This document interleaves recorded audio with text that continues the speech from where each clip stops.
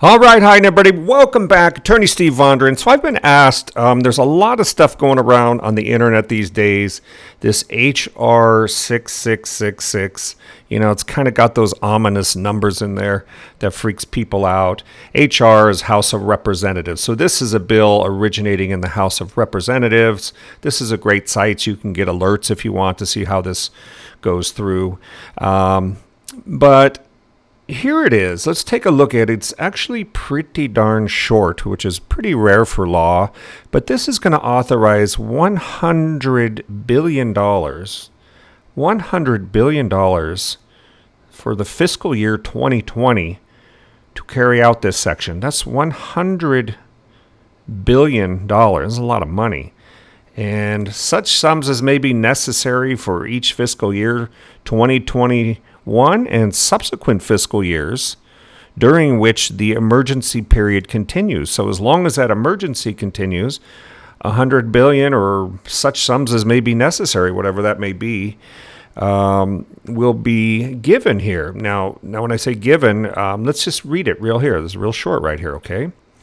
It's a bill. Actually, we could probably just go right here. So even better. It's a bill to authorize the Secretary of Health and Human Services to award grants. So this is going to be a grant process. You apply for a grant to get some money to eligible entities. Do they define that down here? Let's see. Eligible entity means a federally qualified health center, as defined in this section of the Social Security Act, a school-based clinic, a disproportionate share hospital, I'm not quite sure what that is, but you can look it up, an academic medical center, so maybe that means a college or university or some other school or academic. That's a fairly broad term, what that means, but an academic medical center.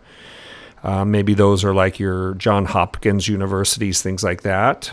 A nonprofit organization, including any such faith-based organization. So that could be like a church.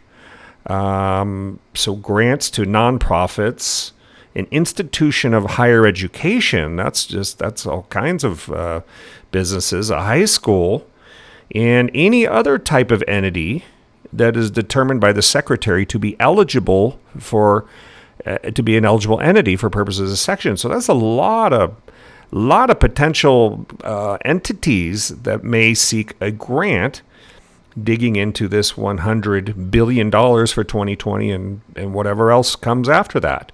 Now, let's just take a look. Now, this is the part that's freaking people out, and I was asked by a follower on my YouTube channel if I could please discuss. This is not legal advice. This is general legal information. This is just how I would look at the bill.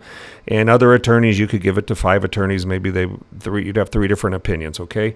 But this is very short. It's to authorize them to award grants to eligible entities for what? Now, people are freaking out. They're saying, well, this could force me to take a vaccine. But let's take a look and see if that wording's actually in here. To conduct diagnostic testing for COVID-19. So entities that are testing and related activities. What does that mean? And related activities. Such as, now when you hear such as in law, it usually means this is just an example of a few things. There could be other things. Okay, and I think that's the part that's freaking some people out right now. They're saying, what, they can come into my house and force to test me and do contact tracing me into my house, saying, hey, you came in contact with somebody at the grocery store and we tracked it back to you, let us in, we're going to do some mobile testing.